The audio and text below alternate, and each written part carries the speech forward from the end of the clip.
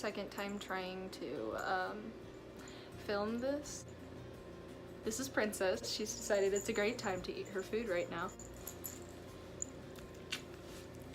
I decided I wanted to make videos and vlog my experience of having anxiety and my experience with, you know, having an eating disorder, and then what it's like after. People always think when you're done with an eating disorder, it's gone forever. It's just gone. You're fine after that, and that's not at all the case. You run into an aftermath, I guess. You know, you wreck your metabolism going through something like that. You wreck your mental state going through stuff like that.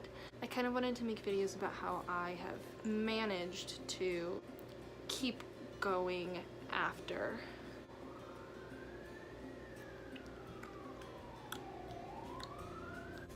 Cool, I think we're good.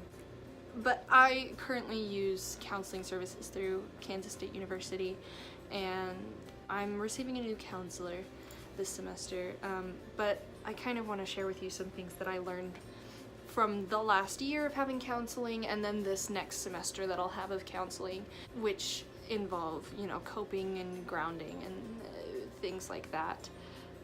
So I just kind of wanted to start, and maybe this time actually go through with creating videos on this. I figured that I'd start off by kind of introducing myself, the things that I go through, so that when you can identify such things. I have had a form of body dysmorphia for a lot of my life. It started a long time ago.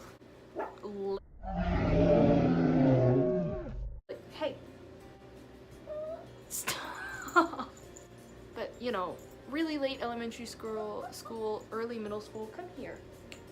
Late elementary school, early middle school is when a lot of this business started. What are you doing?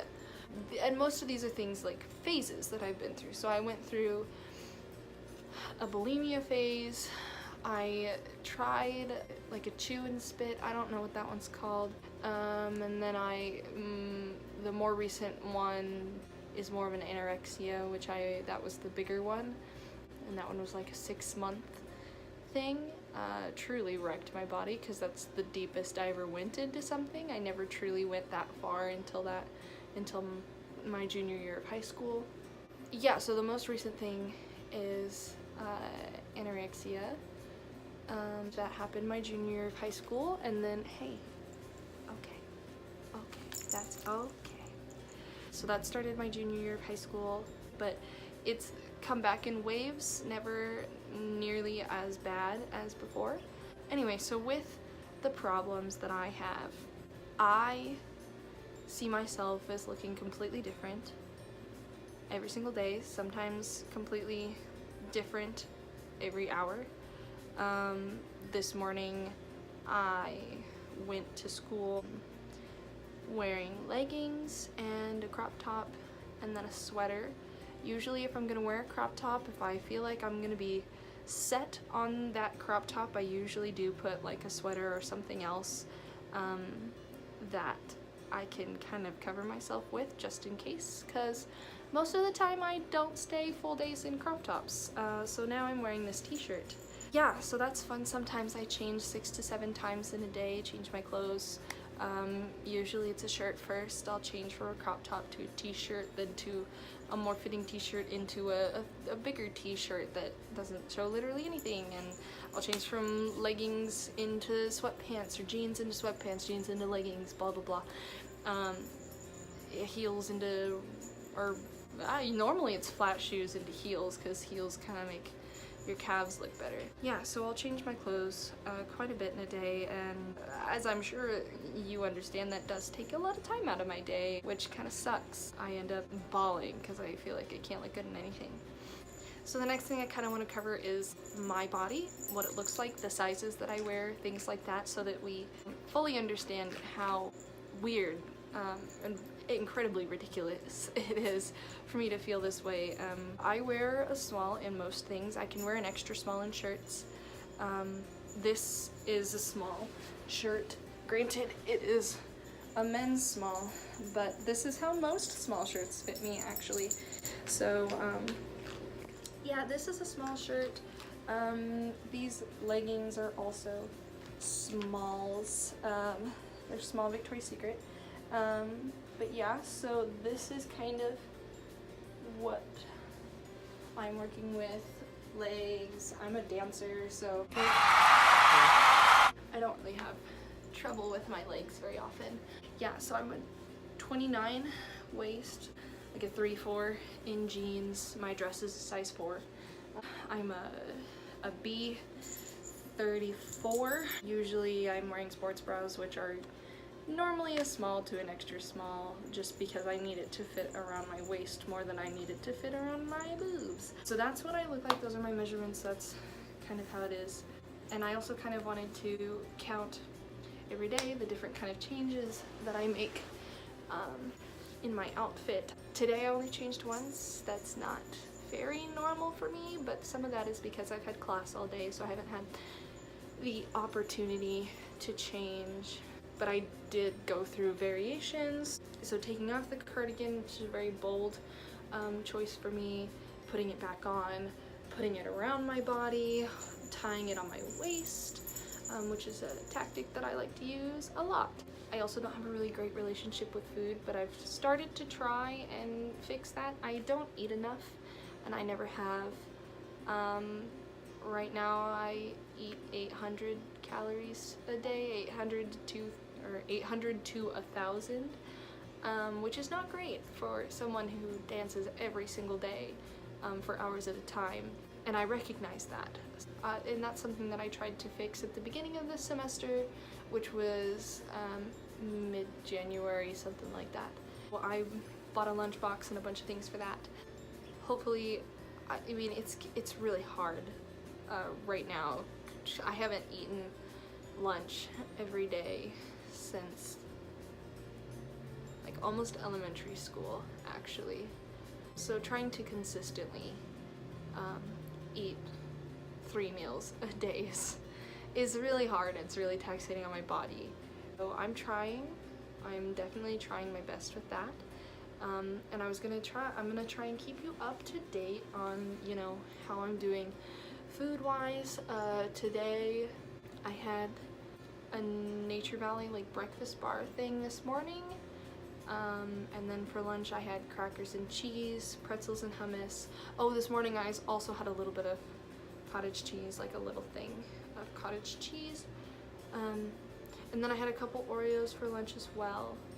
I just ate a banana for an after-school kind of snack, and then I'm going to get some Chinese food for dinner and bring it over to JD's house.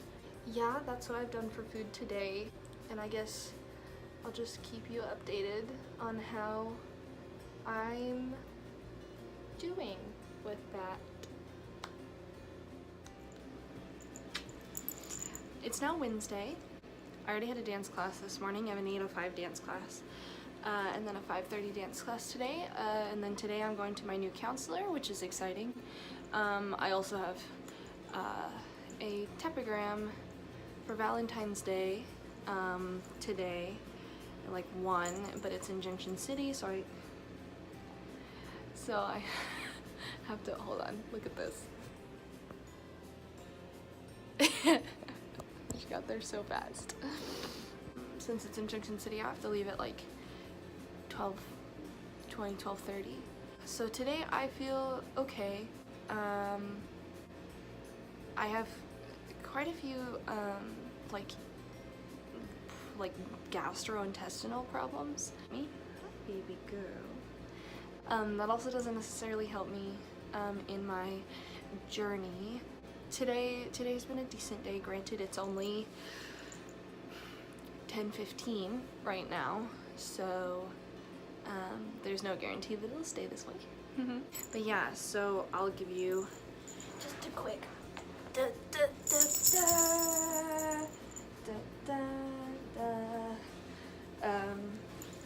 for today. I had a different t-shirt on But now I had to change this one because this one is my Valentine's Day Tapogram t-shirt, so I have to wear that. So I wanted to explain a little bit about my baby girl. So this is Princess. She's a Chihuahua, a rescue Chihuahua. Hey baby girl, you rescue Chihuahua. I got her in May, and she's about 4 years old. She's got her poor little legs. You can't really tell unless she's like running around. But her kneecaps are on the inside of her legs instead of where they should be. So she kind of waddles and limps a little bit. But that's okay, little girl. We're all special, right? She's shaky right now. She's not usually, which is weird because Chihuahuas usually shake all the time, but she doesn't usually shake.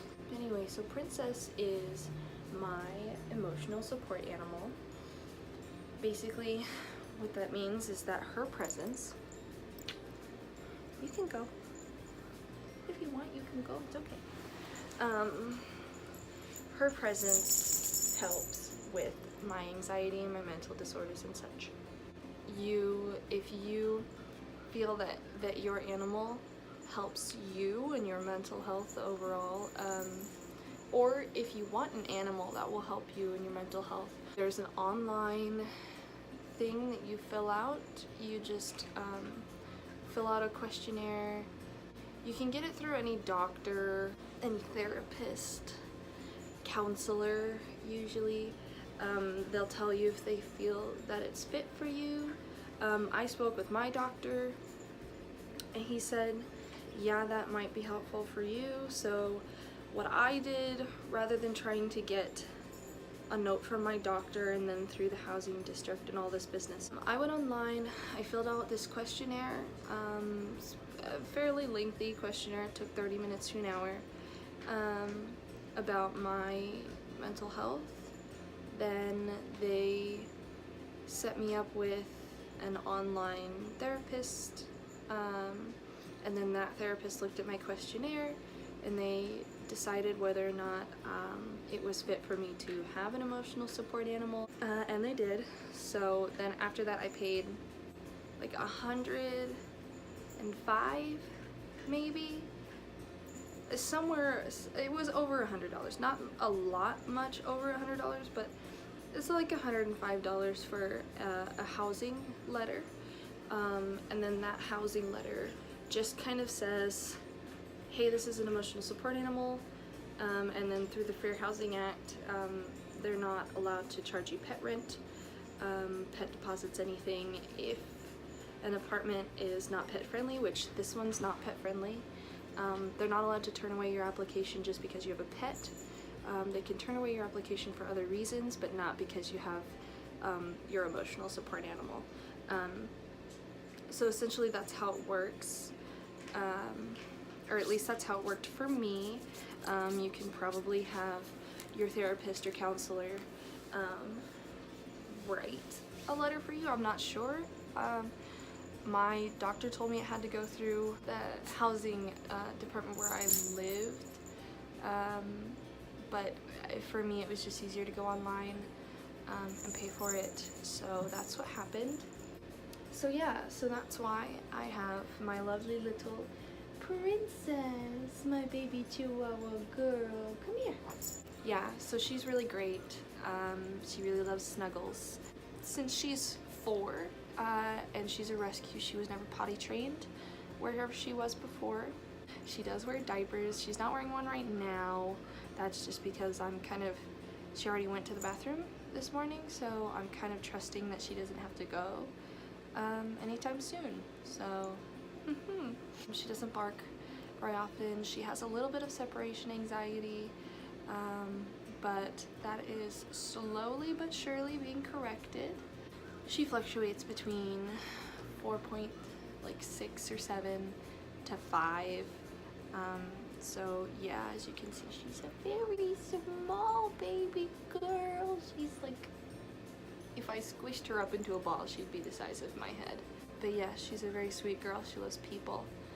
If you decide that you want an emotional support animal, or that if you have an emotional support animal, if you have an animal that you would like to make an emotional support animal, it doesn't have to be a dog, it can be a cat, it can be anything. Now there's a huge difference between an emotional support animal and a service dog.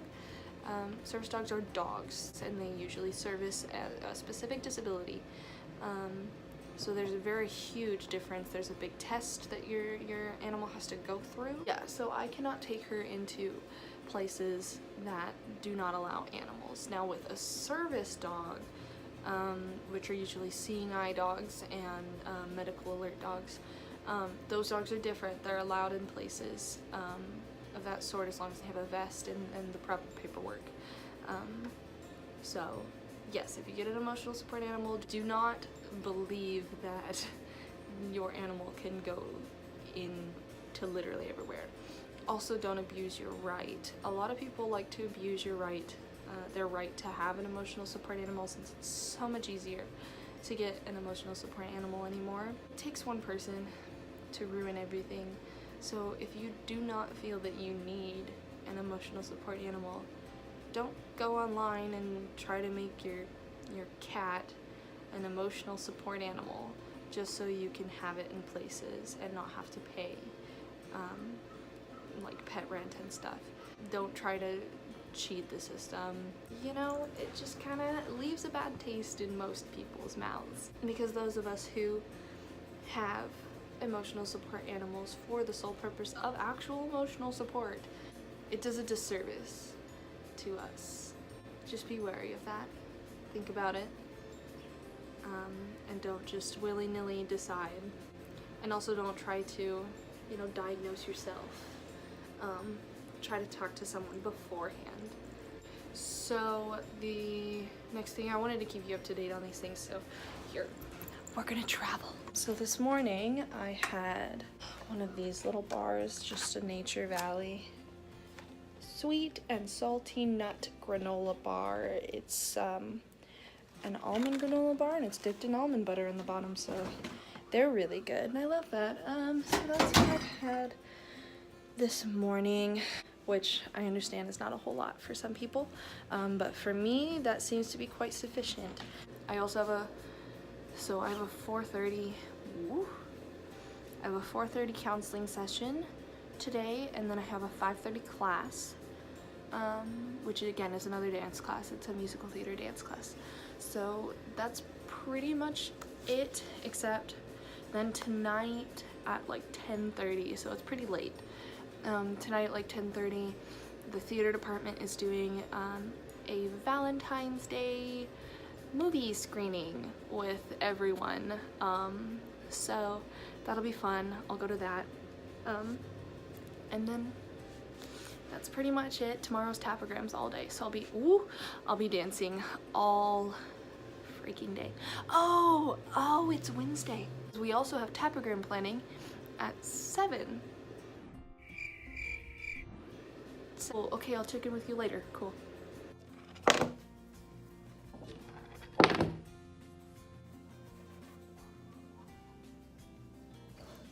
So, update. I met with my new counselor today.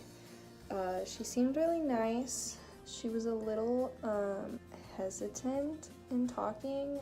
She seemed like a little socially awkward, but I do think that eventually we'll both get to a point where we're comfortable just talking back and forth to each other.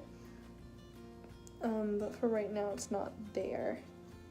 But yeah, so I've just been painting for the last, not that long, like 30 minutes, I think. And then super soon, I'm gonna go to the store with JD. We're gonna get snacks, and go to the theater department's little movie night for our Valentine's Day thing. So that'll be fun. Just to like check in with you guys on how I'm feeling right now. I don't feel that great necessarily, with the food that we ate, yeah, I don't feel wonderful. I don't super love like how I feel and what I ate and all that business. So yeah, that's pretty much it. I don't think I'll check in after the Valentine's Day video showing. So that's it for Wednesday, basically.